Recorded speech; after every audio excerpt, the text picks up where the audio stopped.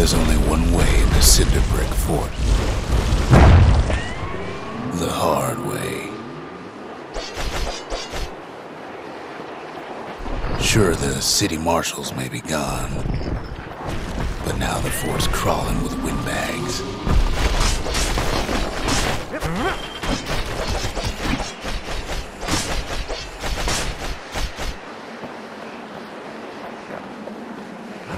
The calamity was mercy for normal folks. The windbags ain't so lucky.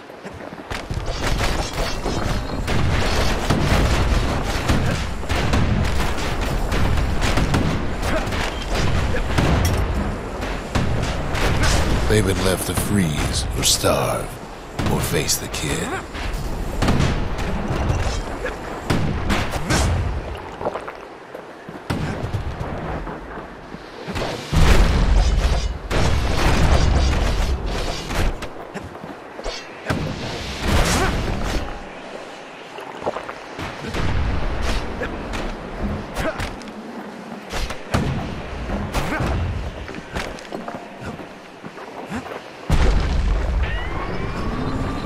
Windbags, young and old, keep fighting for the fort.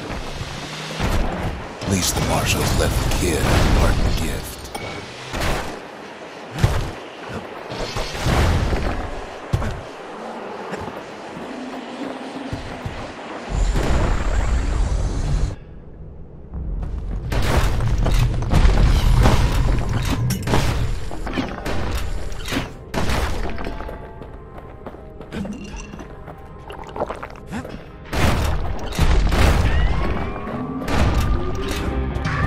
Windbags ain't much different from normal folks.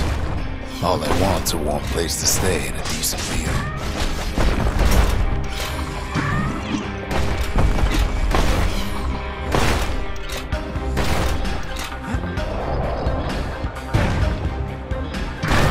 The calamity drove the windbags topside.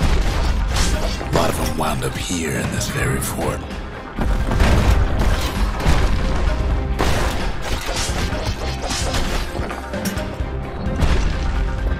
Could have been minding the business underground like in the old days.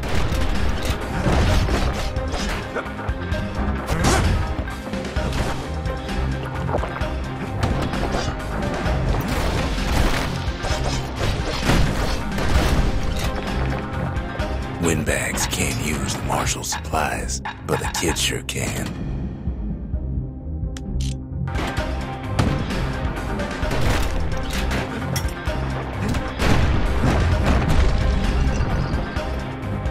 As for the windbags, Cinder Brick gave them enough heat and metal to munch on for a while.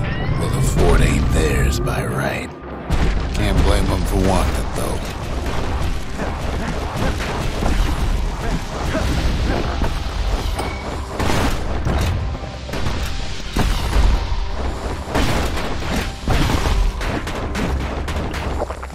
So many of those sorry things holed up inside that old fort.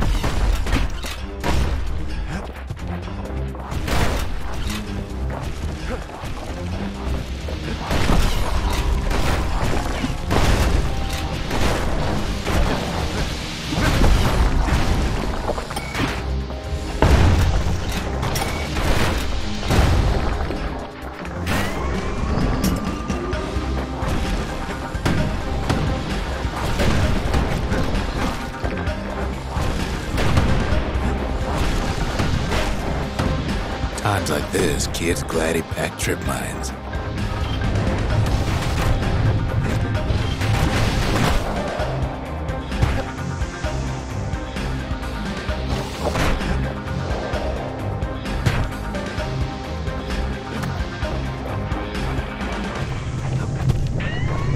Security's plane gone haywire.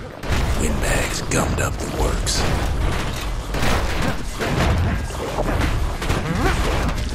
Kid ain't afraid of getting burned.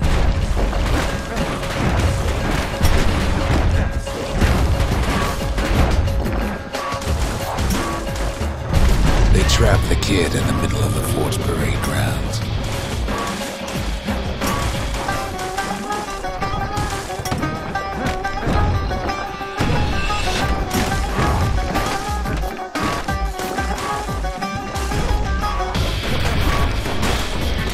Then they bring out Glutus and Glandon and all their scumbag uncles. The uncles go out with a whimper. They got something to gain, and only their sorry hides to lose.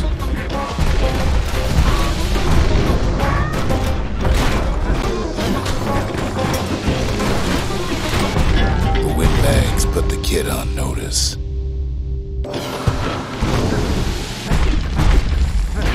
Kid takes down Glutus, or maybe it was Glandon.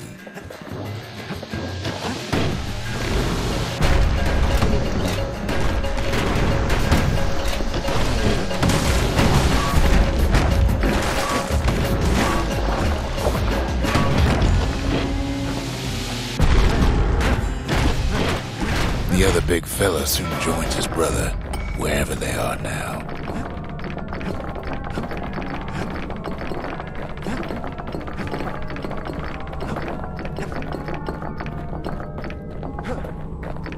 Kid used to dream of getting a marshal's badge, but not like this. And now ain't nothing left for nobody down at Cinderbrick Fort.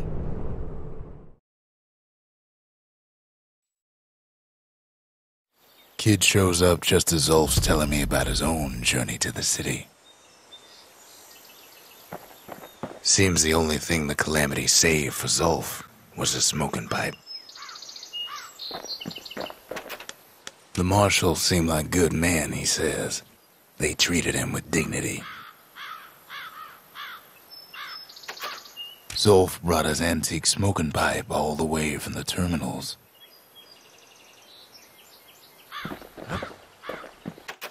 Even since the Ura surrendered to us, the marshals kept a wary eye on him.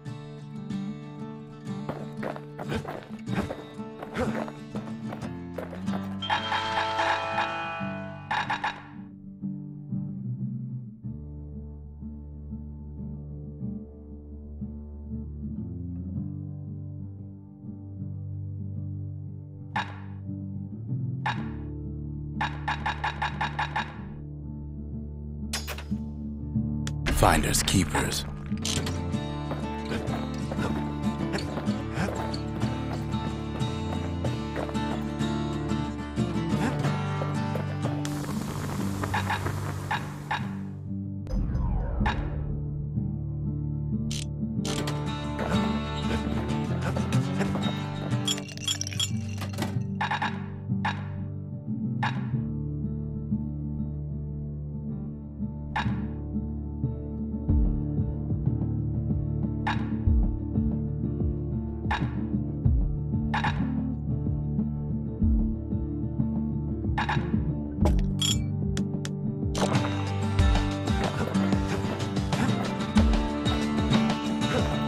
Poor kid collapses after just one drag.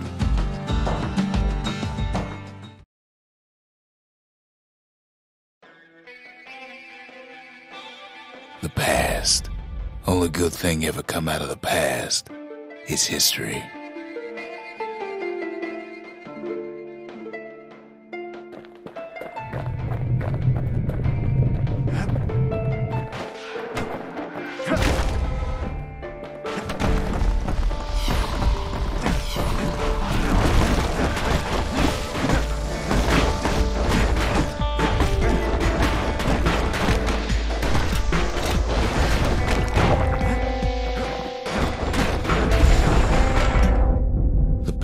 Catches up with the kid. Hardly had a moment's rest since all this started.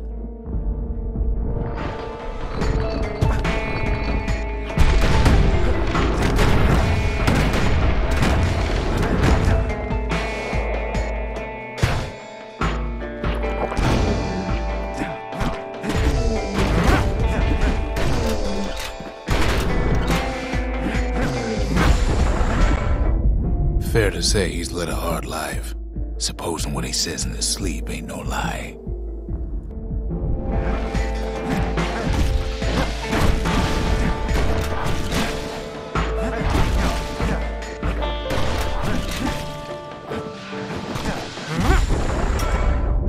He never knew his old man, but he had his mama to take care of.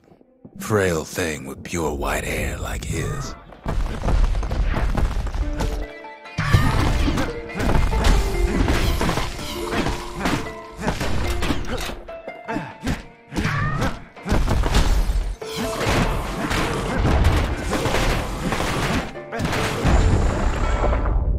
Having his mama's hair did the kid no favors while he was growing up, but he learned to hold his own out there.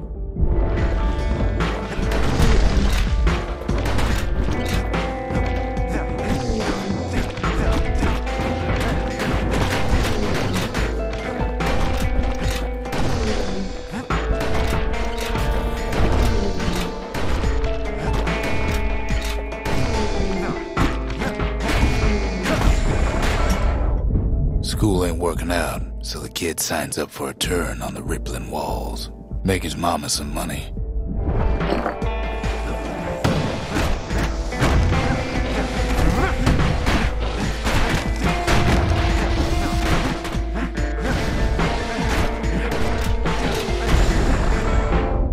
Thanks to folks like the kid, the walls kept Caelondia safe from whatever's out there. The elements, the Ura, you name it.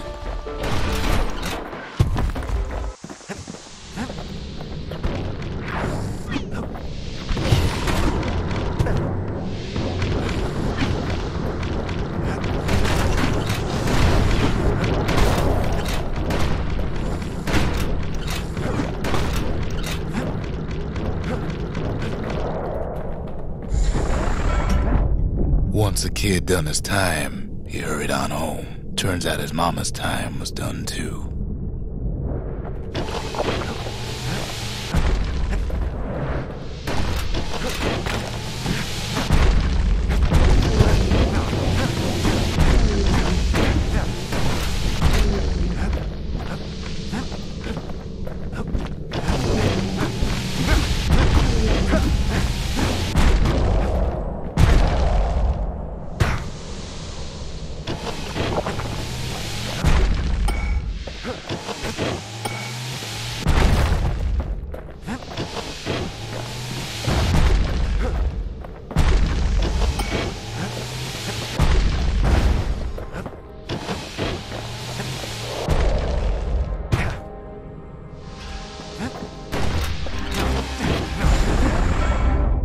The city had nothing for him. The money he'd been sending home was nowhere to be found either.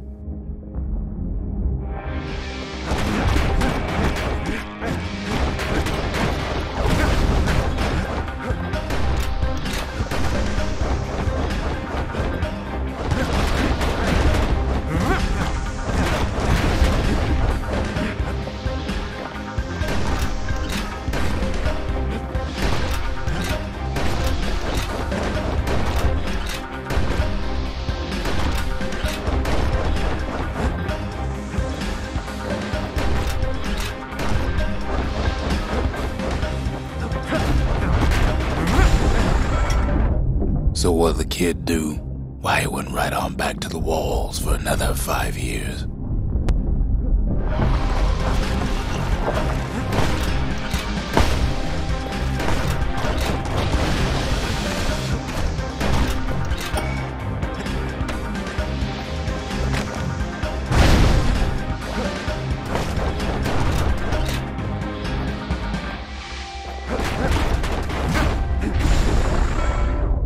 In the history of Caelondia, nobody's ever volunteered for a second shift on the walls.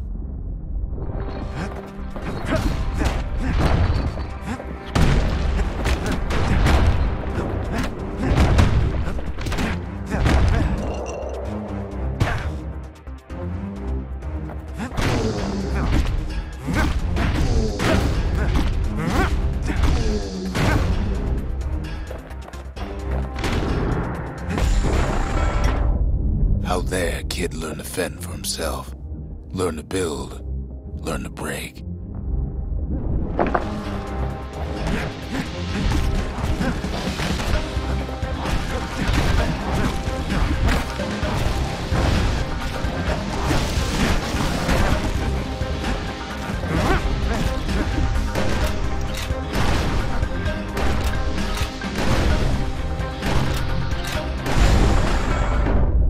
In kid earned good standing with the marshals. They trusted him to scout out farther than anybody.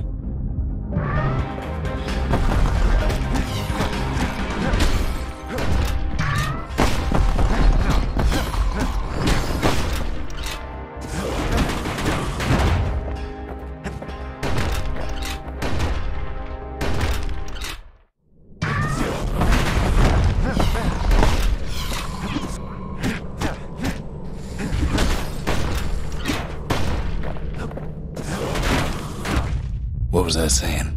Anyway. One night, on one of his expeditions, the ground beneath him shuddered, cracked, and split apart.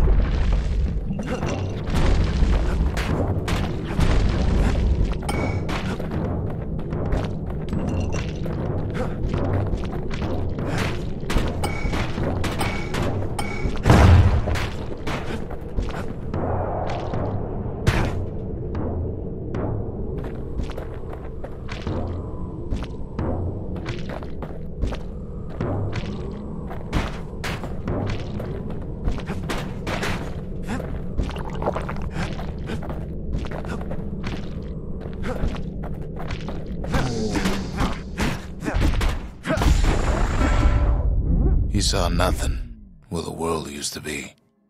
The calamity happened just like that.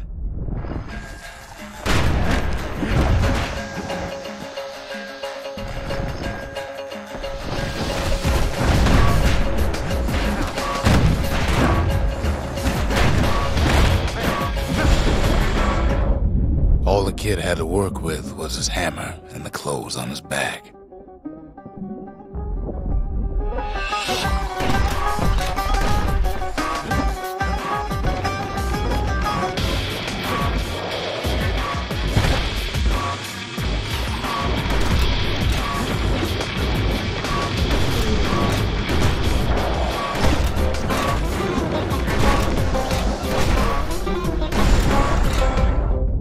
Through twisted streets, he ran with nothing but the city crest and an old stranger's voice to guide him.